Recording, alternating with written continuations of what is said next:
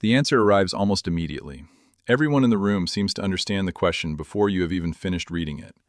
One person raises a hand, another nods as if the solution was obvious. You are still staring at the first sentence because something about it does not feel complete. There is an assumption no one has mentioned. A word could mean two different things. The answer everyone likes only works if one hidden condition is true. But the room has already moved on. By the time you organize the thought, someone else is speaking with perfect confidence. You stay quiet and leave with the familiar conclusion. Everyone gets things faster than I do. Maybe I am simply not that intelligent. Hours later, while doing something unrelated, the question returns. You follow the assumption everyone skipped, and the neat answer begins to fall apart.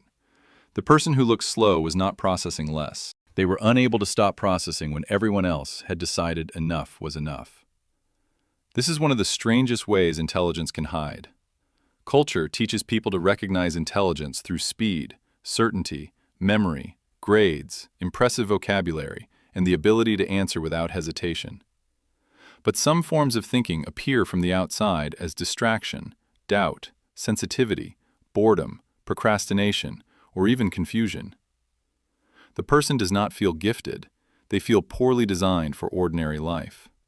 They overthink simple choices, notice sounds no one else hears, become bored by repetition, remember useless details, and question conclusions that seem to satisfy everyone around them.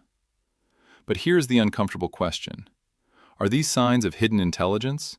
Or are people simply turning every inconvenient habit into proof that they are secretly exceptional? The answer matters because flattering explanations are easy to believe.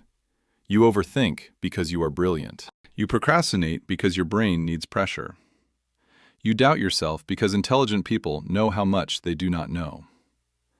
These ideas can feel deeply validating. They can also become stories that protect the ego from examining anxiety, avoidance, poor habits, or ordinary insecurity. So the real psychology is not found in any single trait. It is found in the mechanism connecting them.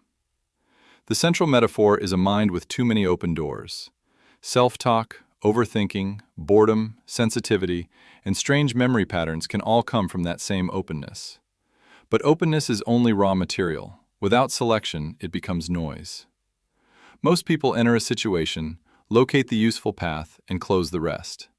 The highly active mind keeps hearing movement behind every door. What if the obvious answer is incomplete? What if the social rule makes no sense?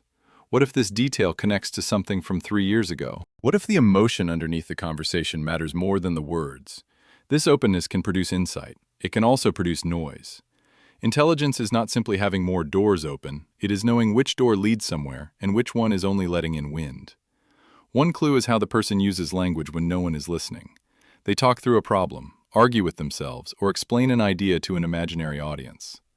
This can sound eccentric, but language can turn an unstable thought into something the mind can inspect. The important part is not the talking, it is whether the talking changes the thought. Productive self-talk creates a next step, exposes a contradiction, or separates fact from fear. Empty self-talk only repeats the same conclusion with different words. The same distinction applies to sensitivity. Noticing more is not automatically understanding more. A person may detect a small change in tone, a background sound, or an irregular pattern before anyone else. That wider intake can support insight, but it can also overwhelm attention. The mind that admits more signals must become better at deciding which signals matter. Otherwise, perception becomes exhaustion. Intelligence is not proven by the number of details entering awareness. It appears in the quality of the filter built afterward. This is why unusual memory can be misleading. Someone may forget where they placed their keys, yet remember an obscure sentence from years ago. Memory is not storing the world evenly. It strengthens what carries association, emotion, novelty, or personal meaning. That selective pattern can look brilliant in one setting and careless in another. The deeper question is whether those remembered fragments can be connected into understanding.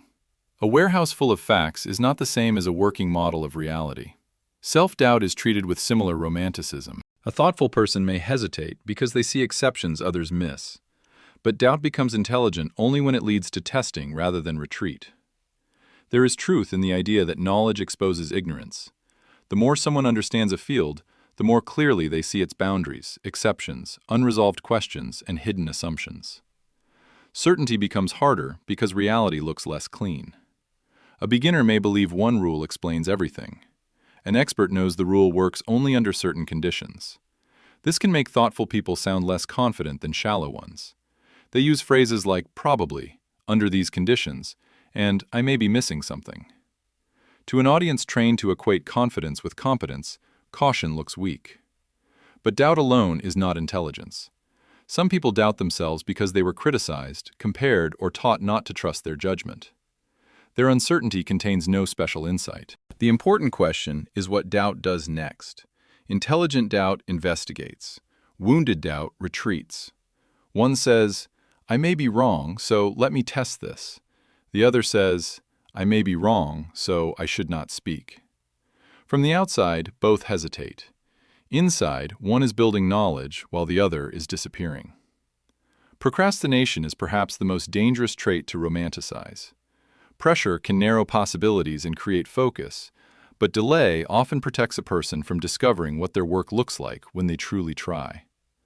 Some people do produce remarkable work under pressure. A deadline removes competing possibilities. The mind that could imagine 20 versions is finally forced into one. Urgency creates clarity. But performing well at the last minute does not prove that delay was necessary. The person sees the successful result and forgets the anxiety, reduced options, damaged trust, and projects that did not survive the same gamble. Sometimes procrastination hides fear of evaluation. As long as the work remains unfinished, its quality remains imaginary. Beginning seriously means creating something that can be judged. The person delays, then uses lack of time as protection. If the result is weak, the true ability was never tested. I could have done better if I had started earlier. Potential remains safe because it never had to become evidence. A highly intelligent person can be especially vulnerable to this defense if praise once focused on being naturally smart. Effort begins to feel dangerous because effort followed by failure would threaten the identity. So they wait until the deadline makes imperfect work unavoidable. What looks like confidence in pressure may actually be fear wearing a stopwatch. Now the traits begin connecting. Self-talk, overthinking, boredom, doubt, sensitivity, unusual memory, procrastination, and deep feeling can all emerge from a mind that processes many layers at once. But they can also emerge from anxiety, poor regulation, avoidance, inconsistent attention, or painful experience. No habit can certify hidden intelligence. The internet loves these lists because they convert discomfort into status. That is the midpoint reversal. Intelligence may hide inside traits that look inconvenient, but inconvenience is not intelligence. The difference lies in whether the person can turn complexity into something useful. Intelligence is not how unusual the mind feels from the inside. It is the quality of transformation between what enters and what leaves. This is why the strongest sign is not staying up late, talking to yourself, doubting everything, or remembering random facts. It is the inability to stop revising your model of the world. The genuinely learning mind does not collect information only to feel intelligent. It allows information to threaten old conclusions. Curiosity is not merely wanting more answers. It is tolerating the moment when a better answer makes the previous self look incomplete. Many people ask questions as decoration. They want confirmation wrapped in discovery. A deeper intelligence risks change. It says, I believed this. Now the evidence is different. The belief has to move. That flexibility is less glamorous than genius stereotypes. It may look like hesitation, humility, or starting over, but it is one of the clearest signs that thought is alive rather than defending a fixed identity. Return to the room from the beginning. Everyone answered quickly. You stayed with the question because one assumption felt wrong. Perhaps you were seeing complexity. Perhaps you were simply afraid to commit. The feeling alone cannot tell you which. The answer comes from what happened next. Did you test the assumption? Did you find evidence? Did the doubt become a clearer explanation? Or did you only replay the moment and imagine that silence proved hidden brilliance? That is the final distinction. Intelligence does not hide because the world is incapable of recognizing a collection of quirky habits. It hides because some of its most important processes happen before there is anything impressive to show. The pause before accepting an easy answer, the discomfort of noticing contradiction, the willingness to sound uncertain, the patience to restructure a thought, and the humility to abandon an idea that once felt clever. You may be more intelligent than you think, but not because you are sensitive to noise, procrastinate, stay awake, or talk to yourself. Those are clues without a verdict. The deeper evidence is what your mind does with them. Does sensitivity become perception? Does doubt become investigation? Does curiosity become competence? Does reflection become change? A complicated mind is not automatically a powerful one. Power appears when complexity is given direction. And sometimes the person who seems slowest in the room is not struggling to reach the obvious answer. They are deciding whether the obvious answer deserves to survive.